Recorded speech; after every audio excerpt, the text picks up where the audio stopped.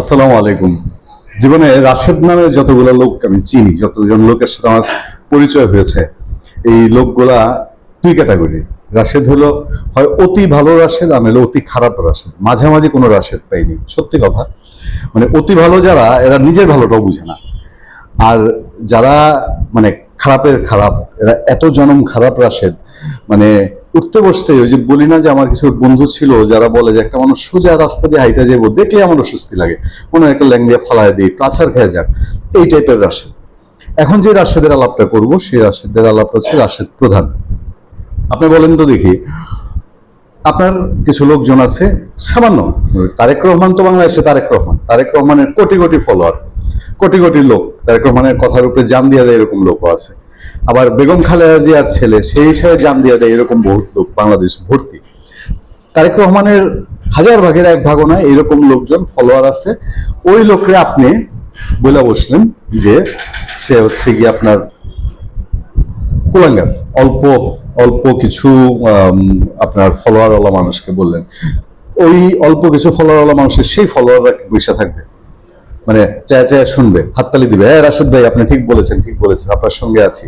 নাকি ওই এরা তো গিয়ে নাকি ছাত্র দলের ছেলে পেলে শুনছি বাসার সামনে জুতা নিক্ষেপ করছে, আর হচ্ছে আপনার কিছু ঢিল টিল দিচ্ছে। মানে ওই যে রাশেদ প্রধান নামে জাকপাড়া এখন যে মানুষটা আছে এই বাংলাদেশে, দেখেন তার বাবা কি ছিল এই নিয়ে আমার প্রশ্ন না। তার বাবা, এটা যারা আগের ইতিহাস জানেন তারা জানেন যে শফিউল আলম প্রধান, তিনি বাংলাদেশে এক সময় 70-এর দশকে সেভেন মার্ডার, এটা সাংঘাতিক আলোচিত মার্ডার ছিল। সেভেন মার্ডারের অন্যতম তিনি হোতা ছিলেন, তিনি মৃত্যুদণ্ডপ্রাপ্ত ছিলেন। পরে বঙ্গবন্ধু শেখ মুজিবুর রহমান মারা যাওয়ার পরে তার আর মৃত্যুদণ্ড কার্যকর হয় নাই। সে বঙ্গবন্ধুরেও জ্বালাইছে, জিয়াউর রহমানরেও জ্বালাইছে। শফিউল আলম প্রধান বঙ্গবন্ধুরে জ্বালানি লোক, জিয়াউর রহমানের জ্বালানি লোক, এখন তার ছেলে জ্বালাইতেছে হচ্ছে আপনার এই তারেক রহমান রে জ্বালানো শুরু করছে কেবল মাঝখান থেকে কয়েক বছর আওয়ামী লীগ গভর্নমেন্ট আসার পরে। আমরা তো কাছে থেকে শফিউল আলম প্রধানকে দেখেছি। শফিউল আলম প্রধানকে 20 দলীয় জোটের প্রচুর মিটিং হতো, 20 দলীয় জোটে শফিউল আলম প্রধান ছিলেন। বিএনপির সঙ্গে সেই জোটে তারা জোটভুক্ত দল। শফিউল আলম প্রধান সেই নামটা কাছে পুরনো, যে সেই সেভেন মার্ডারের শফিউল আলম প্রধান। হ্যাঁ, যদিও তার দল জুৎসই কোনো অবস্থান কখনো নিতে পারেন নাই, তিনি নিজেও সংসদ নির্বাচনে একবার বোধহয় তিনি নির্বাচিত হয়েছিলেন কিনা, আছে এটা আমার আগ্রহের জায়গা না। ঠিক আছে, ওই ভদ্রলোক মারা গেছে, তার সম্পর্কে আমি কোনো আর কথা বাড়াতে চাই না। শফিউল আলম প্রধানকে আমরা যা দেখেছি 20 দলীয় জোটে তারা যখন যাইতেন মিটিং করতেন, তারপরে তার জীবনের শেষ সময়টায় 2-3 জন লোক ছিলেন, এদেরকে আমরা মেনটেন করতাম। শফিউল আলম প্রধান, তারপরে নীলু ছিলেন আপনার, তারা মোটামুটি কাছাকাছি সময় তারা গত হয়েছেন। তো শফিউল আলম প্রধান তার শেষ বয়সটা এসে, এই তো 2-4-5 বছর আগের আলাপ, তাকে আমরা খুব বিত্তবুল ভাবে আছে বলে দেখি নাই। কারণ তার দলটা চালাইতে গিয়েও তার খুব কষ্ট হতো। তার স্ত্রীও তার সঙ্গে দল করতেন, মানে রাশেদ প্রধানের মা, তাও দল করতেন। দল চালাতে গিয়েও বহু হিমশিম খাইতেন। একটা প্রেস কনফারেন্স করা, একটা ইনডোর বৈঠক, তারা তো বড় বাইরে সমাবেশ করতে পারতেন না, এগুলো করতে গিয়েও হিমশিম খাইতেন।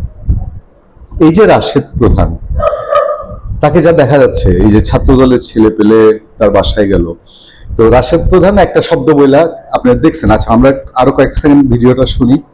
দেশনেত্রী বেগম খালেদা জিয়া যদি কবর থেকে উঠে এসে আরেকবার দাঁড়াতে পারে, সাথে সাথে তার কুলাঙ্গার পুত্র বাংলাদেশের মানুষের এখন এই বক্তব্য দেওয়ার পরে তারেক রহমান, আমি তো হতভম্ব, বিস্মিত যে বাংলাদেশের প্রধানমন্ত্রী, তাকে সবাই সময় দিচ্ছে যে একটু সময় দেই, নতুন সরকার এসছে, সবাই মিলে সহযোগিতা করছে, যে সরকারটা কিছু একটা করার সময়টা অন্তত পাক, না পারলে তখন আমরা বলবো।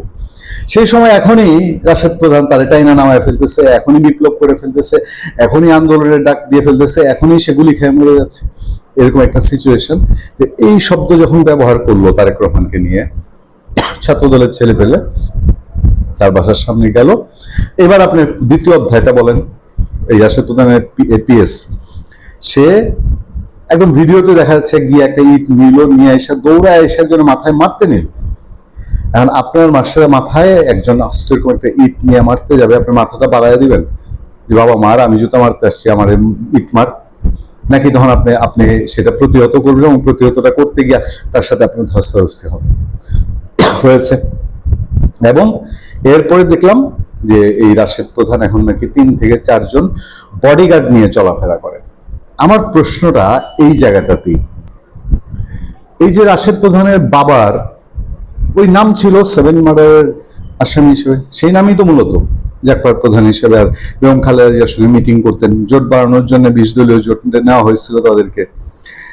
তার পুত্র এখন 5টা বডিগার্ড নিয়ে চলে, এপিএস থাকে, বিলাসবহুল জীবন কাটান। কিভাবে কাটান একটু খোঁজ নেওয়ার চেষ্টা করছি, কয়েক জায়গায় ফোনে কথা বলেছি, এবং একজনের একটা ফেসবুক পোস্ট আমার চোখে পড়েছে। দেখেন, সেখানে লেখা, ডট ক্রিয়েট এবং গ্রুপ ডটের মালিক অতি আধুনিক রাশেদ প্রধানের খোলস পাল্টানোর গল্প। Dot frame, digi dot, dot create, dot arc ইত্যাদি নানাবিধ কোম্পানিকে গ্রুপ ডট নামের একটি বিজ্ঞাপনী সংস্থা এবং ইভেন্ট ম্যানেজমেন্ট কোম্পানির আওতায় এনে ফ্যাসিস্ট আওয়ামী লীগ আমলে চুটিয়ে ব্যবসা করেছিলেন রাশেদ প্রধান। সাম্প্রতিক সময়ে পাঞ্জাবি পরিধান করে এবং জামায়াতের আদর্শে অতিমাত্রায় অনুপ্রাণিত হয়ে মেঠো বক্তৃতা করা রাশেদ প্রধান একসময় আওয়ামী লীগের পাট ও বস্ত্রমন্ত্রী গোলাম দস্তগীর গাজীর অন্যতম লেন্সপেন্সার হিসেবে পরিচিত ছিলেন। গাজী গ্রুপের বিভিন্ন প্রোডাক্ট, গোলাম দস্তগীর গাজীর নির্বাচনী প্রচারণায় ব্যবহার করা সামগ্রী ইত্যাদি রাশেদ প্রধানের গ্রুপ ডট থেকেই সরবরাহ করা হতো। তাছাড়া রাশেদ প্রধান গাজী গ্রুপের নানা ধরনের ইভেন্ট তার ইভেন্ট ম্যানেজমেন্টের কোম্পানি গ্রুপ ডট থেকেই পরিচালিত করতেন। রাশেদ প্রধান মুখে ইসলামী আদর্শ নীতি কথা প্রচার করলেও বাস্তবে প্রতি বৃহস্পতিবার তার অফিসে ড্যাশ ড্যাশ ড্যাশ আসর বসে। সেই আসরের হাতে তোলা গিয়ে হাফ প্যান্ট পরে অফিসিয়াল ইভেন্ট অ্যাটেন্ড করা রাশেদ প্রধানই বর্তমানে খোলস বা লেবাস পাল্টিয়ে নিজের প্রকৃত গুপ্ত চরিত্রের জানান দিয়েছেন। দেখেন, এই যদি হয় তার বৈভবের বিষয়, তাহলে এই যে তার সে যে গালি দিয়েছে, আমি দেখলাম হাসনাত আব্দুল্লাহ পোস্ট দিয়েছে যে রাশেদ প্রধানের বাড়িতে এই জুতা নিক্ষেপ না ইট নিক্ষেপ, এটা ফেসিবাদের চরিত্রের বহিঃপ্রকাশ। তাহলে কি কুলাঙ্গার শব্দ দিয়ে বক্তৃতা দেয়া এটা খুব সুবাদের, মানে খুব আধুনিকবাদের আপনার নিদর্শন? মানে এই যে 24-এর জেএনজি গ্রুপ, এই জেএনজি গ্রুপটা তো এইসব শব্দই পছন্দ করে, যত দুনিয়ার আখাস্তা শব্দ সেসব শব্দ তারা ব্যবহার করে, এবং এইসব শব্দের প্রতিবাদ করলেই তারে ফেসিবাদের দালাল বানিয়ে দেয়। আমি এই প্রশ্নটা রাখার জন্য এই আয়োজনটা করা, যে এই ভদ্রলোক এখন এত টাকার মালিক কিভাবে হলো? আর সেই টাকার সূত্র যদি হয় যে গাজী গ্রুপের সাথে যোগাযোগ, গাজী গ্রুপে অনেক কিছুই দখল বেদখল হয়ে গেছে, আমরা জানি আওয়ামী লীগ সরকার যাওয়ার পরে দখল বেদখল হয়েছে। সেই জায়গায় কি রাশেদ প্রধানরা সেই দখলদারিত্বের সুখ ভোগ করছেন? রাশেদ প্রধানরা সেই দখলদারিত্ব দিয়ে তাদের এখন সাম্রাজ্য প্রসারিত করছেন, এবং চোখে মুখে এখন তাদের এই সরকার হটিয়ে দিয়ে ক্ষমতা দখলের চিন্তা সেই সব ছায়া পড়েছে। ভালো থাকবেন, সুস্থ থাকবেন। আপনার সাথে আমি আতিক রহমান, পূর্ণিয়া।